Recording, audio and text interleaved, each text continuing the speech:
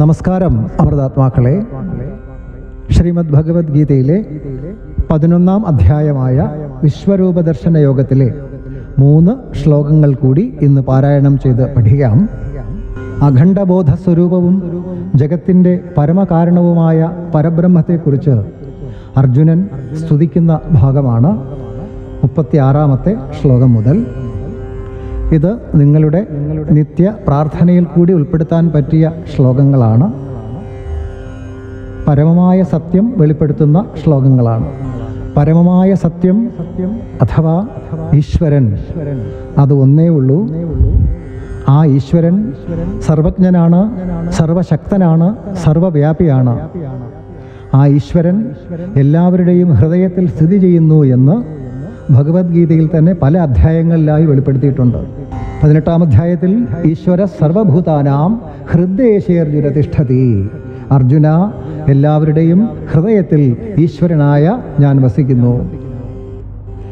13-ാം അധ്യായത്തിൽ ജ്യോതിഷാമവിതത് ജ്യോതിഹി തമസഃ പരമുച്യത്തെ ജ്ഞാനം ജ്ഞേയം ജ്ഞാനഗമ്യം ഹൃദി സർവസ്യ വിഷ്ഠിതം. ഈശ്വരൻ അഥവാ ബ്രഹ്മം അത് സർവജ്യോതിസുകളുടെയും ജ്യോതിസാണ്. അജ്ഞാനത്തിൽ നിന്ന് അകന്നതാണ്. അറിവും അറിയേണ്ടതും അറിവിനാൽ പ്രാപിക്കപ്പെടേണ്ടതും ആ ബ്രഹ്മം തന്നെയാണ്. ആ ബ്രഹ്മം എല്ലാവരുടെയും ഹൃദയത്തിൽ സ്ഥിതി ചെയ്യുന്നു.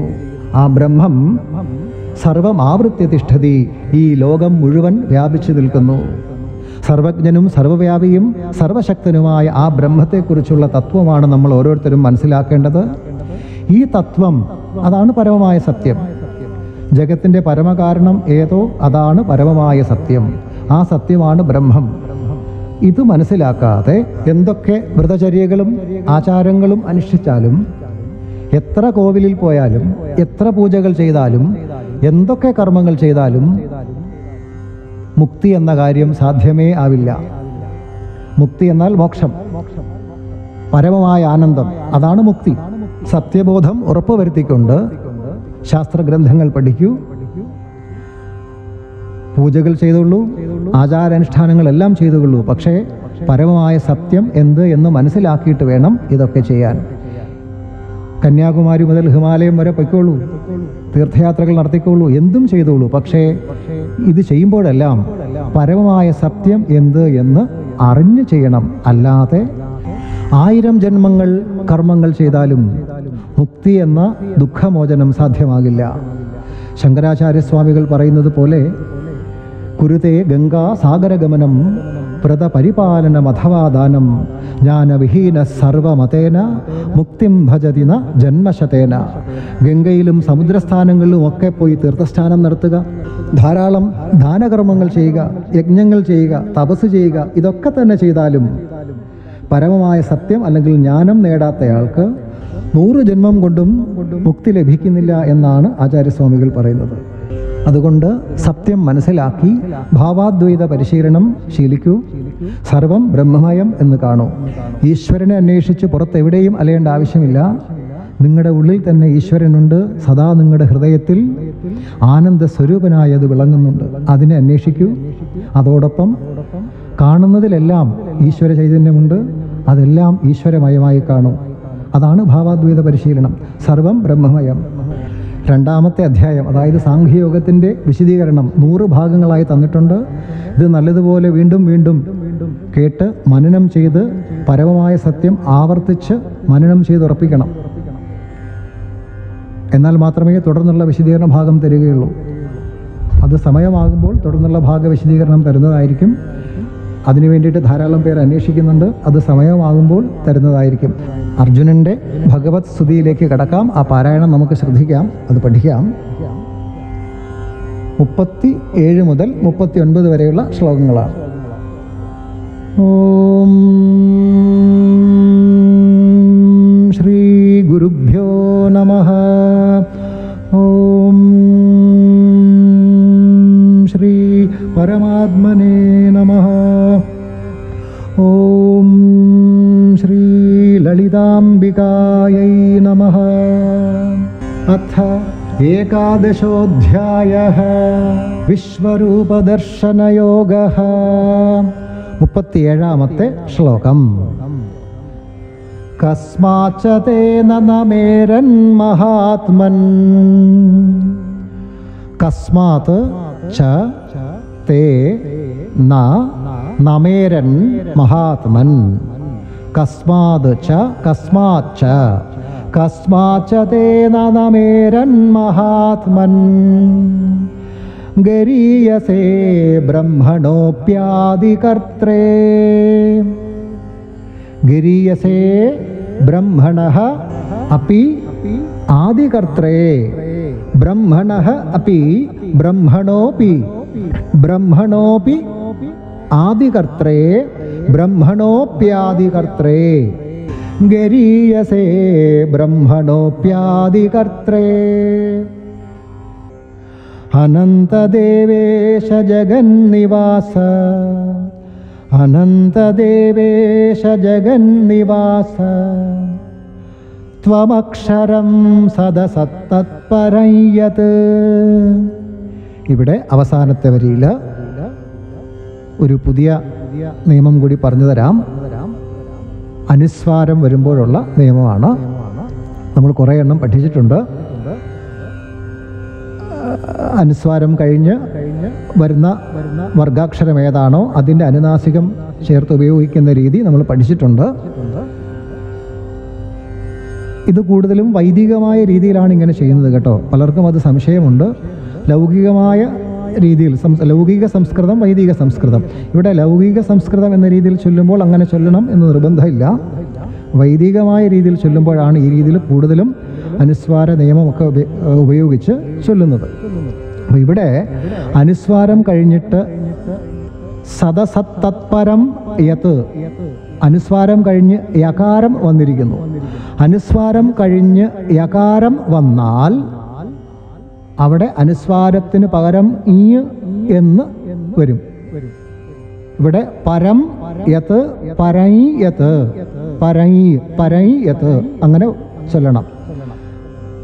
മൃത്യുഞ്ജയ മന്ത്രം നിങ്ങൾക്ക് എല്ലാവർക്കും അറിയാവുന്നതാണ്. അവിടെ ത്രംബകം യജാമഹേ നിങ്ങൾ കേട്ടിട്ടുണ്ടാകും. അത് ആചാര്യന്മാർ ചൊല്ലുമ്പോൾ അല്ലെങ്കിൽ വൈദികമായ രീതിയിൽ, വൈദിക മന്ത്രമാണത്, വൈദികമായ രീതിയിൽ അത് ചൊല്ലുമ്പോൾ, അങ്ങനെ ചൊല്ലുന്നവർ, പഠിച്ചവർ ചൊല്ലുമ്പോൾ ത്രംബകൈ യജാമഹേ എന്ന് ചൊല്ലുന്നത് കേട്ടിട്ടുണ്ടാവും. അതുപോലെ അനുസ്വാരം കഴിഞ്ഞ് വകാരം വന്നാൽ അനുസ്വാരത്തിന് പകരം വ് എന്ന് ചേർക്കും. ഇവിടെ അടുത്ത ശ്ലോകത്തിൽ അങ്ങനെ വരുന്നുണ്ട്. അതുകൊണ്ട് ഇവിടെ അത് ഇപ്പോഴേ സൂചിപ്പിക്കാം. തതം വിശ്വം തതമു വിശ്വം. ഒന്നും കൂടി പറഞ്ഞു തരാം. അനുസ്വാരം കഴിഞ്ഞ് ലകാരം വന്നാൽ അനുസ്വാരത്തിന് പകരം എന്ന് ചേർത്ത് ഉപയോഗിക്കും. ഇതൊക്കെ നിങ്ങൾക്ക് വേദസൂക്തങ്ങൾ കേൾക്കുമ്പോൾ മനസ്സിലാക്കാൻ സാധിക്കും. ശ്രീസൂക്തം, പുരുഷ സൂക്തം, ഇവിടെ എല്ലാം ഇത് കാണാൻ നിങ്ങൾക്ക് സാധിക്കും.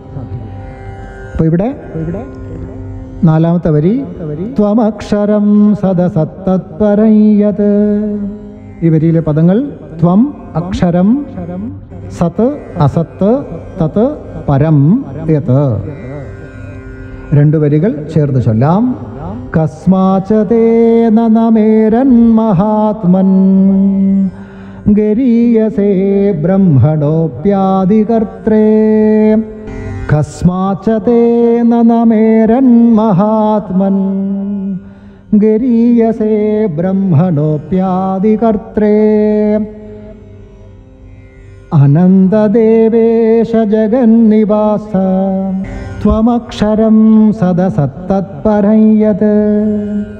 അനന്തദേവേശ ജഗന്നിവാസ ത്വമക്ഷരം സദസത്തത്പരം യത്. പൂർണ്ണമായ ശ്ലോകം. കസ്മാച്ച തേന നമേരൻ മഹാത്മൻ ഗരീയസേ ബ്രഹ്മണോപ്യാദികർത്രേ. അനന്തദേവേശ ജഗന്നിവാസ ത്വമക്ഷരം സദസത്തത്പരം യത്. ഒരിക്കൽ കൂടി. കസ്മാച്ച തേന നമേരൻ മഹാത്മൻ ഗരീയസേ ബ്രഹ്മണോപ്യാദികർത്രേ. അനന്തദേവേശ ജഗന്നിവാസ ത്വമക്ഷരം സദസത്തത്പരം യത്. 38-ാമത്തെ ശ്ലോകം. ത്വമാദിദേവഃ പുരുഷഃ പുരാണഃ. ത്വമാദിദേവഃ പുരുഷഃ പുരാണഃ. ത്വമസ്യ വിശ്വസ്യ പരം നിധാനം. ത്വമസ്യ വിശ്വസ്യ പരം നിധാനം. വേത്താസി വേദ്യം ച പരം ച ധാമ. വേത്താസി വേദ്യം ച പരം ച ധാമ.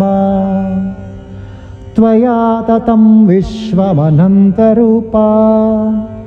ത്വയാ തതം വിശ്വമനന്തരൂപ. 2 വരികൾ ചേർത്ത് ചൊല്ലാം. ത്വമാദിദേവഃ പുരുഷഃ പുരാണഃ. ത്വമസ്യ വിശ്വസ്യ പരം നിധാനം. ത്വമാദിദേവഃ പുരുഷഃ പുരാണഃ. ത്വമസ്യ വിശ്വസ്യ പരം നിധാനം. വേത്താസി വേദ്യം ച പരം ച ധാമ. ത്വയാ തതം വിശ്വമനന്തരൂപ. വേത്താസി വേദ്യം ച പരം ച ധാമ. ത്വയാ തതം വിശ്വമനന്തരൂപ. പൂർണ്ണമായ ശ്ലോകം. ത്വമാദിദേവഃ പുരുഷഃ പുരാണഃ. ത്വമസ്യ വിശ്വസ്യ പരം നിധാനം. വേത്താസി വേദ്യം ച പരം ച ധാമ. ത്വയാ തതം വിശ്വമനന്തരൂപ. ഒരിക്കൽ കൂടി. ത്വമാദിദേവഃ പുരുഷഃ പുരാണഃ. ത്വമസ്യ വിശ്വസ്യ പരം നിധാനം. വേത്താസി വേദ്യം ച പരം ച ധാമ. ത്വയാ തതം വിശ്വമനന്തരൂപ. 39-ാമത്തെ ശ്ലോകം. വായുര്യമോഗ്നിർവരുണഃ ശശാങ്കഃ. വായുര്യമോഗ്നിർവരുണഃ ശശാങ്കഃ. വായുഃ യമഃ അഗ്നിഃ വരുണഃ ശശാങ്കഃ. വായുര്യമോഗ്നിർവരുണഃ ശശാങ്കഃ. പ്രജാപതിസ്ത്വം പ്രപിതാമഹശ്ച. പ്രജാപതിഃ ത്വം പ്രപിതാമഹഃ ച. പ്രജാപതിസ്ത്വം പ്രപിതാമഹശ്ച. നമോ നമസ്തേസ്തു സഹസ്രകൃത്വഃ. ഈ വരിയിലെ പദങ്ങൾ നമഃ നമഃ തേ അസ്തു സഹസ്രകൃത്വഃ. നമോ നമസ്തേസ്തു സഹസ്രകൃത്വഃ. അവസാന വരി. പുനശ്ച ഭൂയോപി നമോ നമസ്തേ. പുനഃ ച ഭൂയഃ അപി നമഃ നമഃ തേ. പുനശ്ച ഭൂയോപി നമോ നമസ്തേ. 2 വരികൾ ചേർത്ത് ചൊല്ലാം. വായുര്യമോഗ്നിർവരുണഃ ശശാങ്കഃ. പ്രജാപതിസ്ത്വം പ്രപിതാമഹശ്ച. വായുര്യമോഗ്നിർവരുണഃ ശശാങ്കഃ. പ്രജാപതിസ്ത്വം പ്രപിതാമഹശ്ച. നമോ നമസ്തേസ്തു സഹസ്രകൃത്വഃ. പുനശ്ച ഭൂയോപി നമോ നമസ്തേ. നമോ നമസ്തേസ്തു സഹസ്രകൃത്വഃ. പുനശ്ച ഭൂയോപി നമോ നമസ്തേ. പൂർണ്ണമായ ശ്ലോകം. വായുര്യമോഗ്നിർവരുണഃ ശശാങ്കഃ. പ്രജാപതിസ്ത്വം പ്രപിതാമഹശ്ച. നമോ നമസ്തേസ്തു സഹസ്രകൃത്വഃ. പുനശ്ച ഭൂയോപി നമോ നമസ്തേ. ഒരിക്കൽ കൂടി. വായുര്യമോഗ്നിർവരുണഃ ശശാങ്കഃ. പ്രജാപതിസ്ത്വം പ്രപിതാമഹശ്ച. നമോ നമസ്തേസ്തു സഹസ്രകൃത്വഃ. പുനശ്ച ഭൂയോപി നമോ നമസ്തേ. വളരെ ശ്രദ്ധയോടെ കേട്ട് പാരായണം ചെയ്ത് പഠിക്കുക. എല്ലാവർക്കും നമസ്കാരം. ഓം ശ്രീ ഗുരുഭ്യോ നമഃ. ഹരി ഓം.